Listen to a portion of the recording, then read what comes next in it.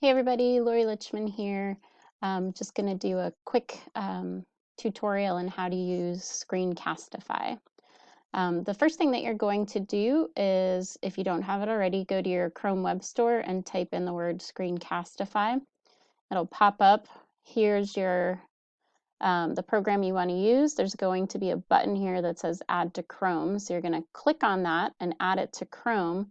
And then what you're going to get is a permanent little icon here in your bar. So to actually use the icon, or to use the Screencastify, what you're going to do is to click on this icon.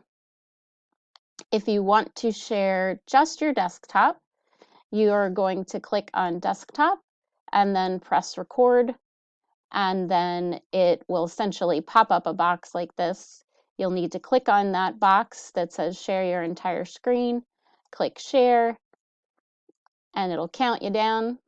And then anything that you have on your screen is then being recorded.